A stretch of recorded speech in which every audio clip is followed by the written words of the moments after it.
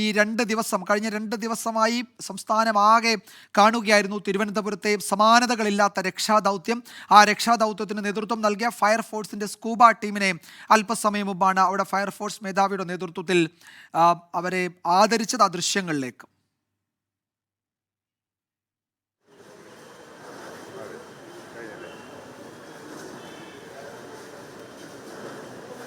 MG Pratheesh വിവരങ്ങൾ നൽകും. പ്രതീഷ്, ഉറപ്പായും നമ്മൾ എത്ര അഭിനന്ദിച്ചാലും അതൊട്ടും കുറഞ്ഞു പോകില്ല. കാരണം അത്രത്തോളം കഠിനമായ പ്രതിസന്ധിയിലൂടെയാണ് ആ സംഘം കടന്നുപോയത്. അവരുടെ 2 ദിവസത്തെ രക്ഷാദൗത്യം നമ്മൾ ആകെ കാണുകയായിരുന്നു. ഉറപ്പായും അവർ അഭിനന്ദനം അർഹിക്കുന്നുണ്ട്, ആദരവ് അർഹിക്കുന്നു. എന്തൊക്കെയാണ് മറ്റു വിവരങ്ങൾ?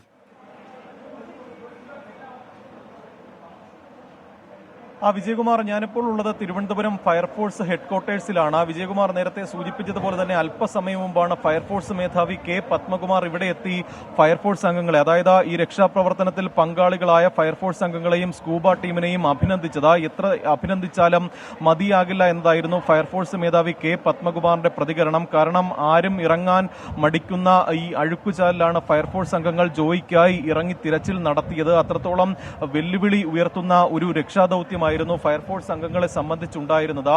അതുകൊണ്ട് തന്നെ അവർക്ക് വേണ്ട എല്ലാ പ്രോത്സാഹനങ്ങളും നൽകുമെന്നതാണ് ഫയർഫോഴ്സ് മേധാവി അവരോട് തന്നെ പ്രതികരിച്ചിരിക്കുന്ന കാര്യം. അവർക്ക് ആവശ്യമായ മെഡിക്കൽ സപ്പോർട്ട്, അടിയന്തര വൈദ്യസഹായം ഉൾപ്പെടെ നൽകുമെന്ന് കൂടി ഫയർഫോഴ്സ് മേധാവി അറിയിച്ചിട്ടുണ്ട്. ഈ ഘട്ടത്തിൽ ഒരു പ്രതികരണത്തിലേക്ക് കൂടി നമ്മൾ പോകാം. ഈ ഫയർഫോഴ്സ് ദൗത്യത്തിൽ എപ്പോഴും നമ്മൾ ഈ ദൃശ്യങ്ങളിൽ കണ്ട ഒരു മുഖം കൂടിയാണിത്. നമുക്ക് ചോദിക്കാം, കാരണം ഈ നേരത്തെ ഇത്രത്തോളം വെല്ലുവിളി നിറഞ്ഞൊരു രക്ഷാദൌത്യത്തിൽ പോയിരുന്നു ഇതിന് മുന്നേ ഉള്ളവർക്കാണ് ഉണ്ടായിരുന്നു. പക്ഷെ പലതും മാധ്യമ ശ്രദ്ധ പിടിച്ചു പറ്റാതെ, പക്ഷെ നിങ്ങൾക്ക് എത്തിപ്പെടാൻ പറ്റുന്നതിന് മുന്നേ ഞങ്ങൾ ചെയ്ത വർക്കുണ്ട്. അപ്പോൾ ഇത് നല്ല രീതിയിലൊരു മീഡിയ കവറേജ് കിട്ടിയെന്നുള്ളതാണ് ഇതിന്റെ ഒരു പ്രാധാന്യം. അതുകൂടാതെ നല്ലൊരു വർക്ക് തന്നെയായിരുന്നു. വെല്ലുവിളി എന്തായിരുന്നു ഈ ദൗത്യത്തിൽ? പ്ലാസ്റ്റിക് അല്ല, മാലിന്യം തന്നെയാണ്. മാലിന്യം നമുക്ക് അകത്ത് ഇറങ്ങിയപ്പോൾ മനസ്സിലായെന്ന് പറഞ്ഞാൽ ഇത് ഈ പാളി പോലെ, നമ്മൾ കുറെ റിപ്പീറ്റ് പറഞ്ഞാണ്, പാളി പോലെ ഇരിക്കുന്ന മാലിന്യം അടിയിലൂടെയാണ് പലപ്പോഴും ഞങ്ങൾക്ക് ഫ്രണ്ട് പോകുന്നതിന് പകരം റിവേഴ്സ് തിരിഞ്ഞ് ഞരങ്ങി പോകേണ്ട, ഈ നമ്മൾ കിടന്ന് ഞരങ്ങി പോകേണ്ട അവസ്ഥയാണ് വന്നത്. അപ്പം അത്രയും ദുർഘടമായ സ്ഥലം, പിന്നെ നമ്മുടെ ജീവനും വരെ ബുദ്ധിമുട്ടുള്ള അവസരങ്ങളുണ്ടായിരുന്നു. പക്ഷെ നമ്മുടെ ലക്ഷ്യത്തിൽ ഞങ്ങളത് മൈൻഡ് ചെയ്തില്ല. ഞങ്ങൾക്കൊന്നും പറ്റില്ല എന്നുള്ള വിശ്വാസം തന്നെയാണ് ഞങ്ങൾക്കിതിൽ. ഞങ്ങൾ അതുകൊണ്ടുമായി മുന്നോട്ട് പോവുകയായിരുന്നു.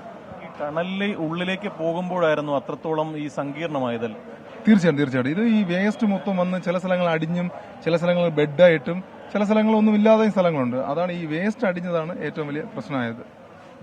വിജയകുമാർ, ഈ സ്കൂബ ടീം അംഗം സൂചിപ്പിച്ചതുപോലെ തന്നെ മാലിന്യം തന്നെയായിരുന്നു ഈ രക്ഷാദൌത്യത്തിൽ ഏറ്റവും കൂടുതൽ വെല്ലുവിളി ഉയർത്തിയത്. ടണലിനുള്ളിലേക്ക് പോകുന്നതിൽ സ്വന്തം ജീവൻ പോലും പണയപ്പെടുത്തി പോകുന്ന ഒരു സാഹചര്യമായിരുന്നു അവർക്കുണ്ടായിരുന്നത് എന്നാണ് സ്കൂബ ടീം അംഗങ്ങൾ പറയുന്നത്. എന്തായാലും വലിയ പ്രോത്സാഹനം, വലിയ അഭിനന്ദനം ഈ ഓരോ ടീം അംഗങ്ങളെയും ഇപ്പോൾ തേടിയെത്തുന്നു എന്നതാണ് ഈ മണിക്കൂർ. ഉറപ്പായും പ്രതീക്ഷ, ജോയിയെ ജീവനോടെ കണ്ടെത്താൻ നമുക്ക് കഴിഞ്ഞിട്ടില്ല എന്നതൊരു ദുഃഖമായി അവശേഷിക്കുമ്പോഴും അദ്ദേഹത്തെ കണ്ടെത്താൻ നടത്തിയ സമാനതകളില്ലാത്ത രക്ഷാദൗത്യം, അതിന് നേതൃത്വം നൽകിയ ഫയർഫോഴ്സ് സ്കൂബ ടീമിൻ്റെ പ്രവർത്തനം നമ്മൾ ഈ ദിവസങ്ങളിലൊക്കെ കണ്ടുകൊണ്ടിരിക്കുകയായിരുന്നു. അവർ വലിയ അഭിനന്ദനം അർഹിക്കുന്നുണ്ട്, വലിയ ആദരവ് അർഹിക്കുന്നുണ്ട്. അക്കാര്യത്തിൽ എല്ലാവരും ഒരുമിച്ച് നിൽക്കുകയും ചെയ്യുന്നതാണ്. ആ ദൃശ്യങ്ങളാണ് നമ്മളിപ്പോൾ കണ്ടത് തിരുവനന്തപുരത്തു നിന്ന്.